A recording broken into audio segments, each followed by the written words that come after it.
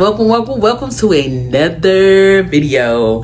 This is another story time from the prison story time what is it called, series. Okay, so the goal is to tell 20 stories about the time as me working at the prison as a correctional officer and also a correctional case manager. So I don't know what number we on. We got to be about 10 or 11 now, probably a little bit more, but y'all, we're getting through these story times. It's also this week we're doing the story time marathon, so I'm telling 5 story times back to back to celebrate us getting our 1,000 public watch hours. So y'all, do I have a story for y'all? The name of this story time is called Dirty Officer, honey, and this officer was dirty as it gets. So let's get into it. If you're new here, I'm your girl Barbie Dior. Y'all make sure y'all check out my descriptions. Go shop with me at Diva Supply. But y'all not here for that. Y'all are here for that juicy story time. So let's get into it. Again, my name is Barbie Dior.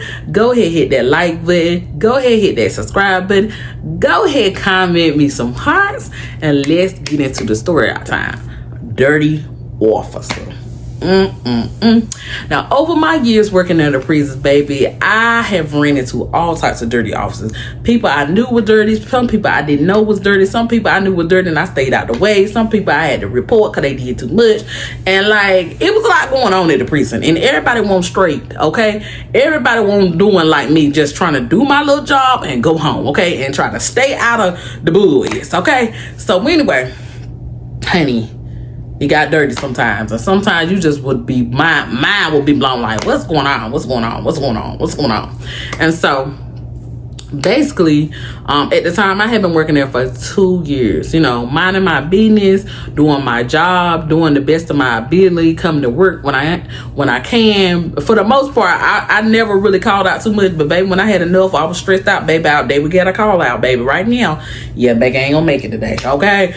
But for the most part, I was there because I realized that I was on a team that needed help, and my job was very, very much important, because me not coming to work someday could cost somebody their life. So therefore, I took my job very, very seriously, okay?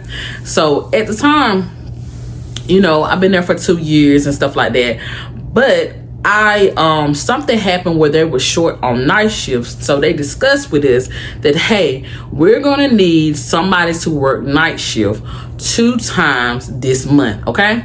And they wanted that to happen until they filled this position, this nighttime position. They wanted to happen like that. They said this was going to be for the next 6 months, that 2 officers were going to have to switch and work nighttime shift. Now, this never really happened. If you work daytime shift, you work daytime shift. But they said that either they can pick or I can pick. So I wanted to go ahead and get my shift open. So you only had to work one night shift out of, and you won't have to work it again until another 6 months roll by. So I'm like, yeah, I'll go ahead and do mine, right? So it got time for me to do my night shift, and I slept for most of the day, got myself rested, came in. It was so weird coming in at night because I always work from 6 to 6, from morning time to afternoon. But to come in and it's dark, oh my God, I'm like, Lord have mercy, what did I sign up for? But baby, let's go ahead and get into it. I guess it's the same 12. Everybody like, oh, it's gonna be good because after a certain time the inmates go to bed. You ain't gonna really have to worry about nothing. Every time you going around, all you gonna be hearing is snoring, okay? You just got to stay woke, okay? So I'm thinking like, okay, I hope so. I hope we go like that. So I'm coming in. I'm not paying nothing no mind. I report to the unit. Like, again, this is not my regular team that I work with, so I don't know who dirty, who not. And you have to be careful when you work with certain officers. If they dirty, then they move a certain way. So you got to be careful, because they'll let you'll get stabbed up messing with somebody that's dirty. So I'm moving slight, right? So they basically told me, okay, well, you can start off in the booth and then you can come down. But I told them, well, since I'm coming up there, I kind of just want to do the booth the whole time or whatever. Or I want to start on the floor, because they let you choose, Not always, it just depends on the sergeant. But this sergeant right here, he was a Caucasian man, and he was real cool. He was like, Baker, since you coming to help us out tonight, what you want to do? What do you want to do, Officer Baker? I said, well, I kind of want to begin on the floor, and then I want to do the rest of my shift upstairs, okay?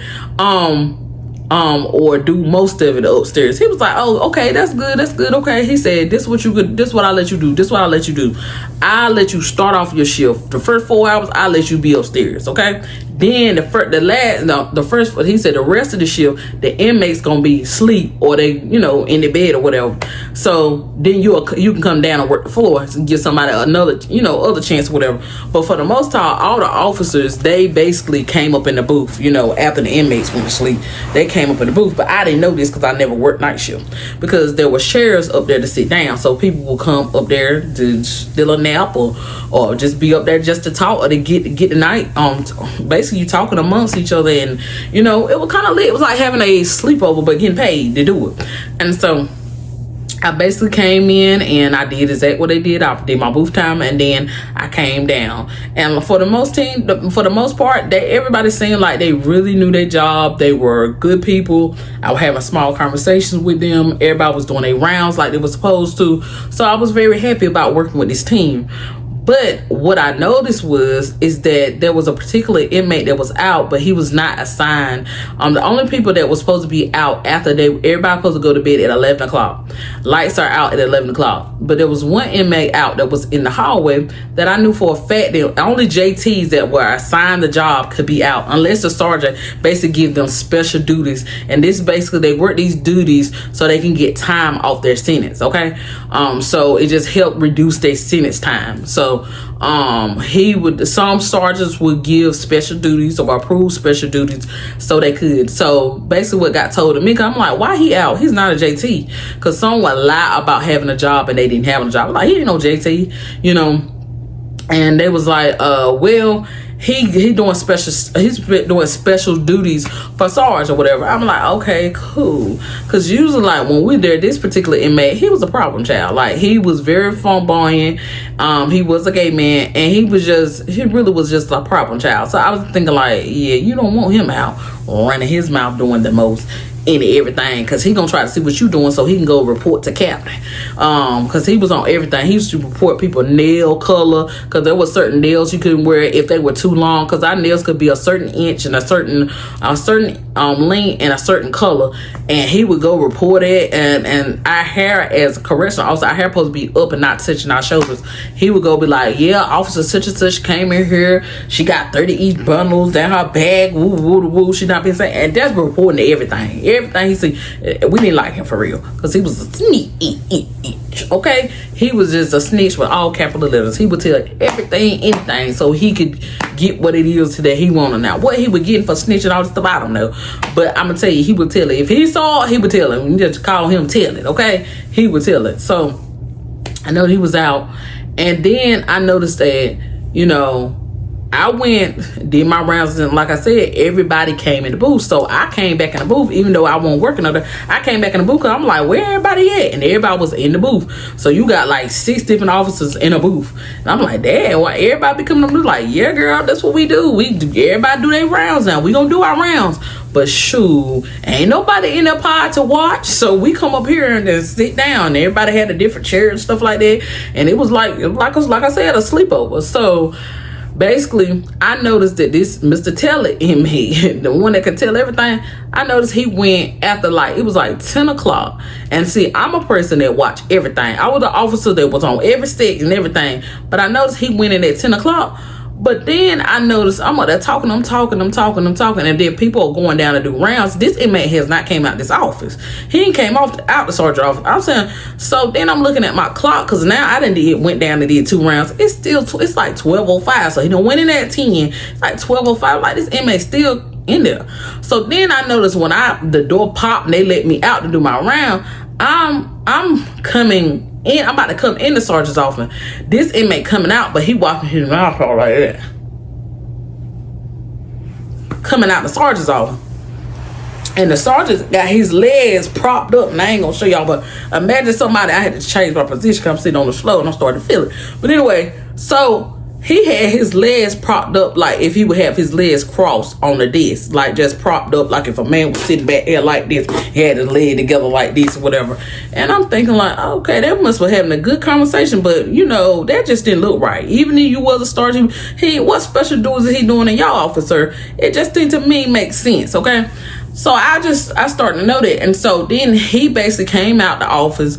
He mopped all the pods. Like each pod he went in and mopped the floors. Then he mopped the hallway. Then I noticed after he finished mopping everything, he went back inside the office and he was in there until 4 o'clock. So let's say if he went and mopped everything and he mopped from 11:30 to almost like, let's say he mopped to 11:30 to about 12:50. Then he went in the sergeant's office from 12:50 to about 4 o'clock. And then from there, he came out wiping his mouth again and went back to his room. And so I noted that. I'm like, because every time I see something, it's for a reason. And I'm learning that I don't know what to do with this information. I don't know what happened.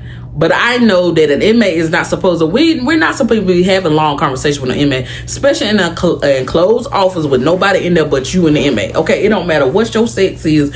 We're not supposed to do that because it just didn't look right. Okay, so I'm thinking like, what's going on? And so when I asked one of the officers about it, it was like, oh, they do that shit every night. You know what I'm saying? He like that. They be in there. If you go in the office, they talking about sports, they talking about different things, and they do that everything. I'm like, the flamboyant one is in there talking about. He's like, yeah, he's still a man, girl. And I'm like, okay, so I left it alone because like I said, this ain't my shift. I'm just here to help. Okay, and so I noticed this. So y'all, fast forward, the time is over. It's time for us to go. They thanked me. They even told my sergeant, hey, the next time Baker, if Baker can work, send Baker, because Baker do her job and she keep us on point. She had us laughing. The night flew by, man, and she is the truth. And these inmates, they scatter like roaches when she come through, because prior to us the inmates locking down for the night, they had to be locked down. And see, I saw them going in the pod doing like I used to do, lock down,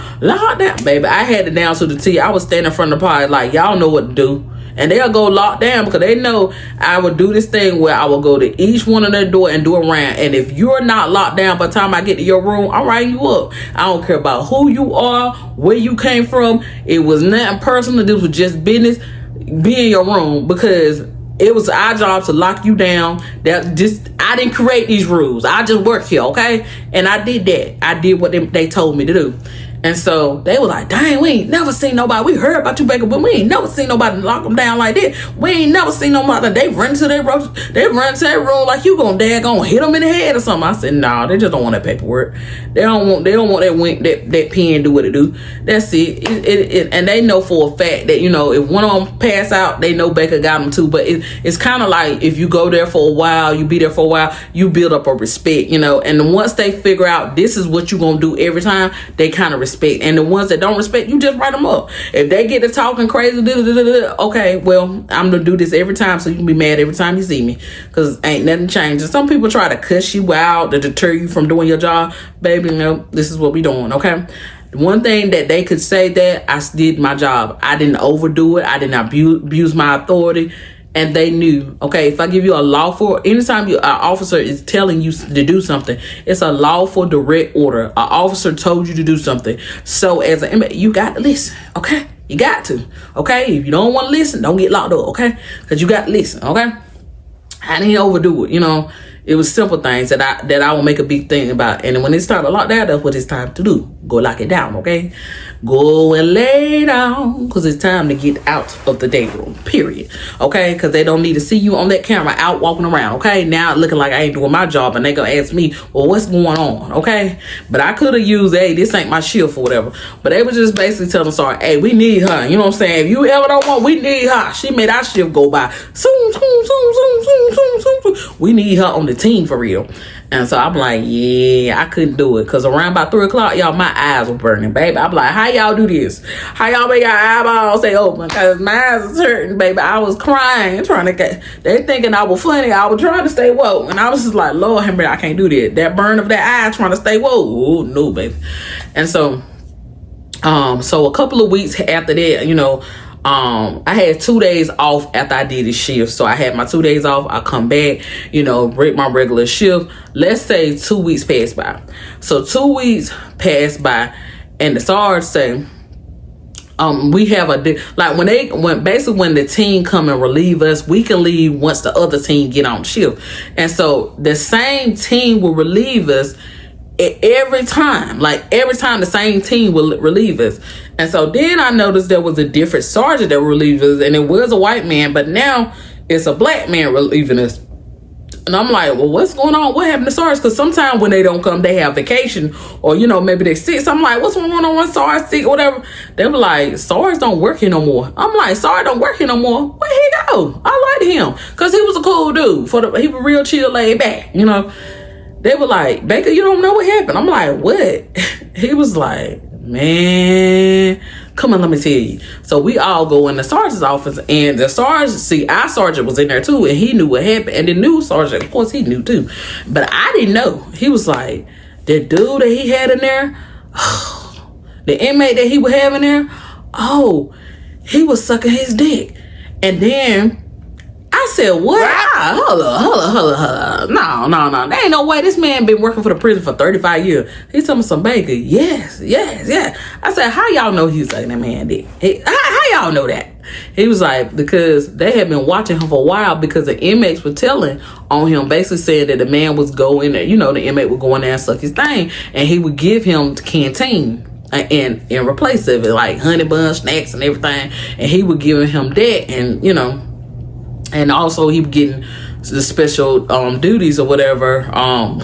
I guess he would do special duties. Okay, so he would give him special duty time as well, and like if you do this, not my camera going down when he was going down, with me telling him about him going down. My camera gave up. My camera said, yes, man was giving it all he got. Okay, he was getting that time off his sentence. You hear me? Okay, he was like, God. Anyway, so they was like, yes. There was an allegation that that's what he was doing. So the inmate reported, basically he was just tired of doing this. He was like, this man wanted all the time. He was like, it was a every now and then situation, like I do it to you sometimes, but now he wanted all the time. He was tired of doing it. So basically he reported him and let him know, and they was like, well, how are we gonna say? He was like, well, you can look on the camera. I went in there this time and then I come out this time. You can look on the camera. Every time I come out, I'm wiping my mouth off. I'm letting you know that I just did it. It was like, well, we gonna need more proof than that. So what this man did was he did that and gave him that throat 3000 or whatever, and he held it in his mouth, put it in a cup, and turned it in the medical and said that it was Sergeant such and such stuff, right? His kids in a cup. So I'm like, oh my goodness. I'm like, ain't it so? And so when they did the testing, he went on an investigation. They made him test, and they found out. Now, how they did the testing, I don't know. How they did it, because I would really want to know this. But anyway, they did DNA testing, and they found out this stuff belonged to this young man. So they went on and, terminated him. And when they terminated him, people kind of kept it quiet, because it was like he was there. Then a couple of weeks came by, and then a black man was working for him. And I'm like, who this black man? Well, I used to call him Sergeant Cool. What's Sergeant Cool at? They be like, yeah, Sergeant Cool don't work here. He was a little bit too cool, okay? He was with the jet, whatever they had going on. And I was like, that is crazy. So Sergeant Cool was known as, the dick sucking sergeant. He got down with the goddamn. He let people get down on him, okay? So we found out after they did the investigation, this was not the only inmate that he would let him. This was a thing of his. And, people would say, hey, you want some time off your sentence? Sarge, if you do that, he'll do. And he was doing this a lot. So, yeah, they let him go. But my question with them, I'm like, what did he tell his wife? You know what I'm saying? I've been working there for 35 years. I don't work there no more. They let me go. What you tell? I know you ain't go home and tell me, yeah. I had a boy in there doing what he do. You ain't go home and tell your wife that. I would love to be a fly on the wall if you had a black wife to come home and tell her you got fired because Billy Ball sucked your thing. He did what? Hey, you got me.